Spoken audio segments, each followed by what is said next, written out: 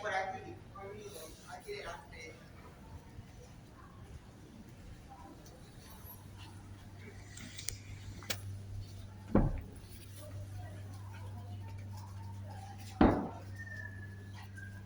Vale, pues aquí delante tenemos las Termas de Valencia, de época republicana, de primera fundación. Como había dicho, son las más antiguas y las mejor conservadas de la península ibérica de España. ¿Qué son las termas? Pues aunque en las películas de Hollywood parezca que son balnearios muy lujosos, la verdad es que no era así.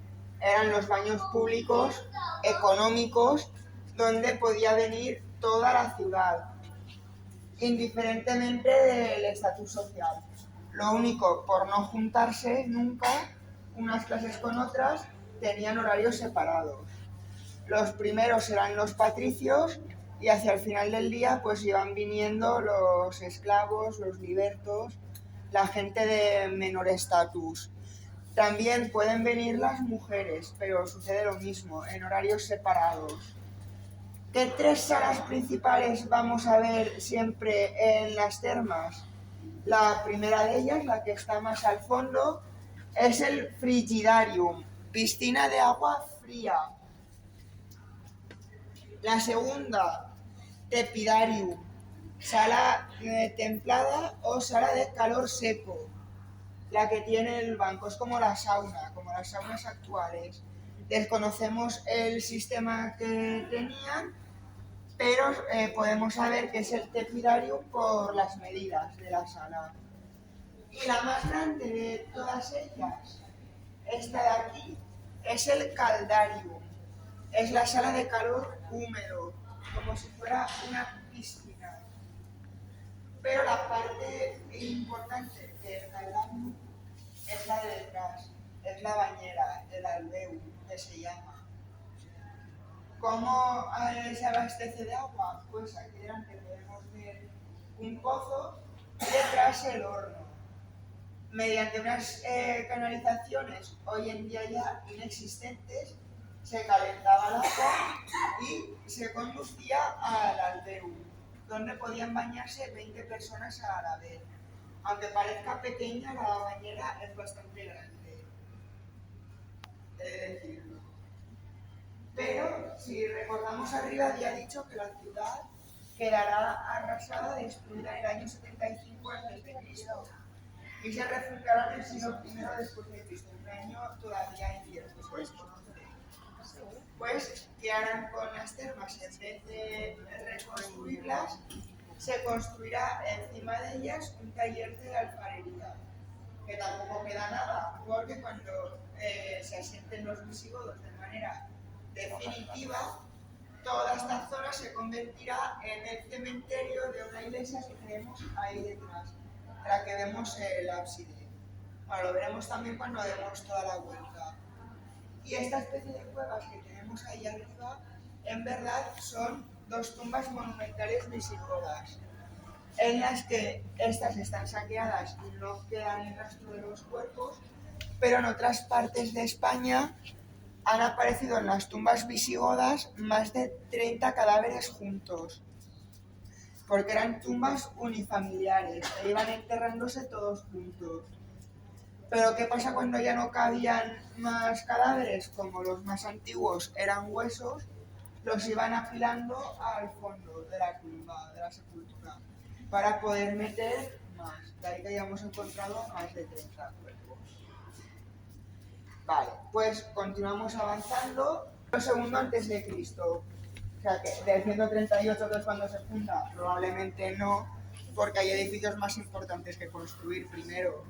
Pero a lo mejor del 139, 140 antes de Cristo pueden datar sobre esa fecha. De época posterior es la calzada que tenemos a mi izquierda. Como va de norte a sur, se trata de uno de los cardos o cardus de la ciudad. Distinguimos siempre dos calzadas, dos tipos de calzada. la que vaya de norte a sur, que se llama cardo o cardus, y la que vaya de este a oeste, que se llama decumanus o decumano. La principal pues es el cardo máximo y el decumano máximo. Pero este de aquí es el cardo máximo, no. ¿Por qué? Porque en el cruce con el decumano tendría que estar el foro. No está aquí, lo vemos hacia allá, debajo de lo que es la Plaza de la Virgen, que por desgracia no podremos descubrirlo hasta el momento. Es imposible, a no ser que descubran algún método nuevo de excavación con el que no tengan que derribarse los edificios actuales. Sí. No quiero decir imposible porque imposible no hay nada, pero improbable sí que sería la palabra. Después aquí tenemos restos de edificaciones de época republicana, no sabemos qué edificio hay, pero los muros, antes de ser de mampostería, de piedra, serán de adobe, de barro cocido mezclado con pequeñas piedrecitas, como son los muros musulmanes posteriores. Y el último edificio que vemos de periodo republicano, de primera fundación de la ciudad, está justo aquí delante de nosotros. Es un hórreum. La palabra hórreum nos puede recordar a los hórreos gallegos o asturianos, y es que el hórreum romano es un almacén de trigo y de cereal. Son 4 naves separadas, como se ve en la maqueta. Hórreum no tiene traducción, es almacén de trigo. Es una palabra latina que viene del latín, que no... Traducido de latín, de castellano. No. Hórreo en castellano, pero bueno, no es la palabra adecuada tampoco. Es almacén de trigo. En 4 naves se pueden almacenar más de 100 toneladas de trigo. ¿Qué sucede? Que Valencia no va a tener tantos campos en esta época como para llenarlo. Por tanto, para no dejar ninguna nave vacía, construyen estantes como el del fondo, y dentro conservarán todos aquellos productos destinados al comercio internacional, como el vino, el aceite, y en una zona de mar importantísimos los salazones. Sobre todo hay una conserva de pescado muy apreciada por los romanos, que es el garum. El garum está hecho con tripa de pescado fermentada y mezclada con especias. Lo que ya no sabemos es si no se ha descubierto la receta original al 100% o es pasta de anchoa, que está amarga también, pero no está tan repugnante como la tripa fermentada.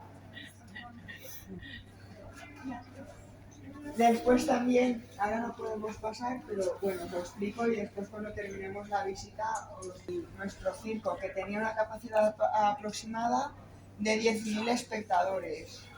En el circo hacían carreras de cuadrigas y de vigas, que son carros tirados por 4 o por 2 caballos. Por eso, si es de 2 caballos se llama viga, si es de 4, cuadriga. Lo ubicamos entre la Plaza de Nápoles y Sicilia y la de San Vicente Ferrer, y debajo de la calle Cuart está enterrada la necrópolis de la ciudad, el cementerio.